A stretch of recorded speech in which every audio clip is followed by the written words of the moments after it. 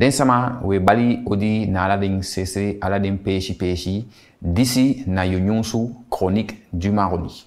Débutons notre journal avec le village amérindien Kaligna de Prospérité, situé à 15 km de Céloron du Maroni, qui s'est lancé dans un projet d'autonomisation du village.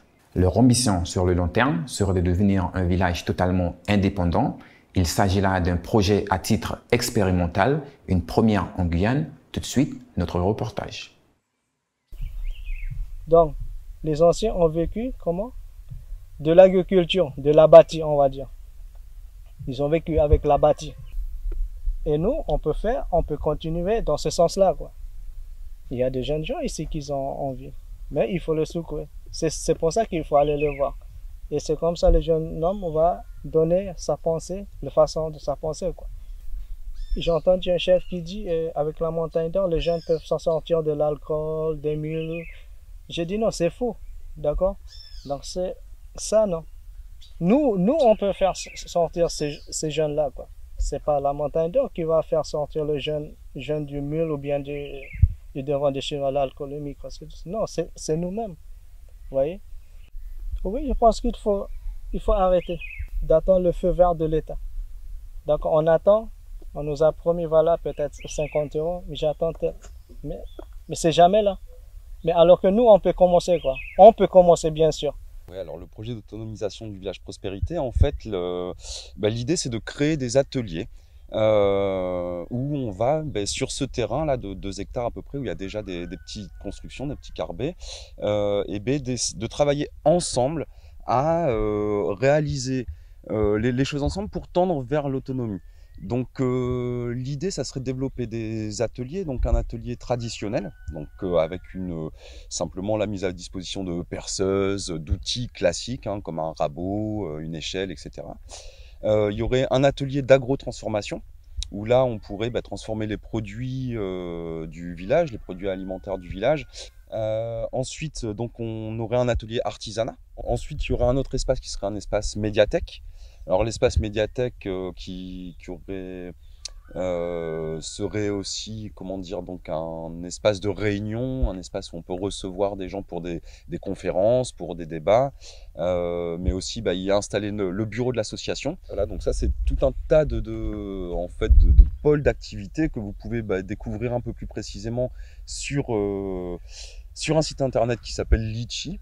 Où on décrit le projet de manière beaucoup plus précise sur internet, et où vous pouvez faire des dons parce qu'on a besoin, évidemment, on a besoin de financement quand même pour la réalisation de ce projet qui nous tient vraiment à cœur. Donc pour soutenir ce projet, c'est assez simple, on se rend sur internet et dans la barre de recherche on tape Village Prospérité Autonome. Voilà, et ça permet de faire des dons à l'association. Pour moi, autant que jeune du village Prospérité, c'est vraiment intéressant parce que on n'a pas besoin de chercher d'autres personnes en dehors du village pour faire ce projet. Moi, autant que jeune du village Prospérité, on peut faire ça nous-mêmes parce que c'est pour nous, c'est pour notre avenir. J'ai un CAP agricole et par rapport à ça, je suis intéressée aussi. Et je peux aussi créer un abattis dans ce village, parce que ce village, c'est pour nous. Et oui, je vais être une agricultrice.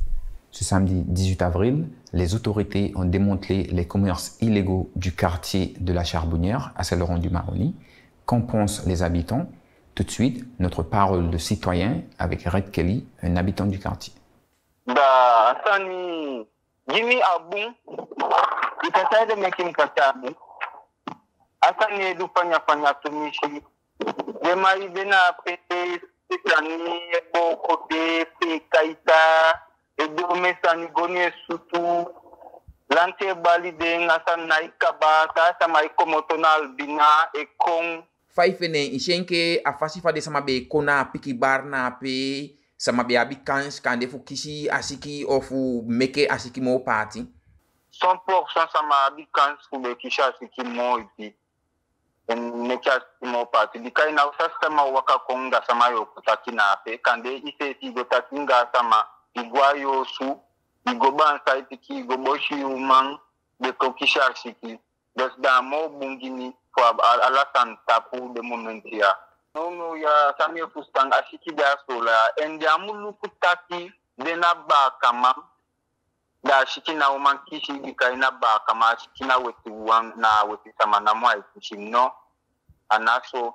Point culture avec la ville de Saint-Laurent-du-Maroni qui a mis en ligne la conférence de Jean-François Tifou intitulée « Les femmes et le bagne ».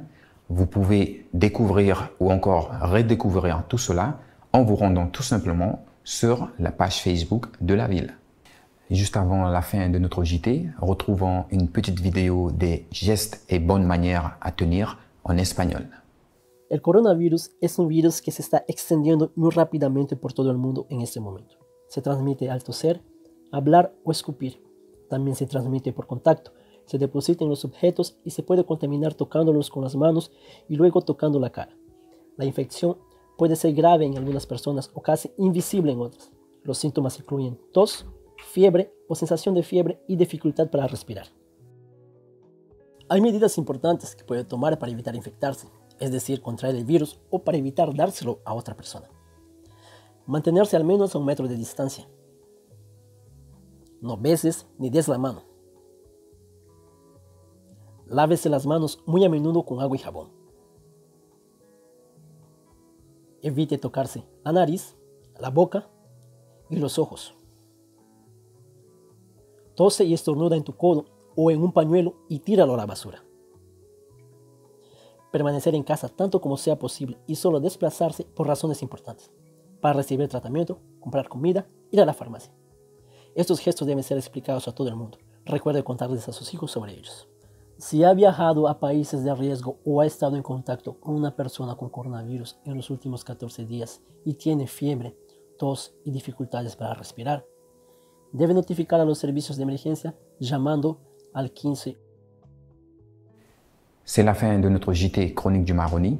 Au revoir. Quant à nous, nous vous retrouvons demain à la même heure.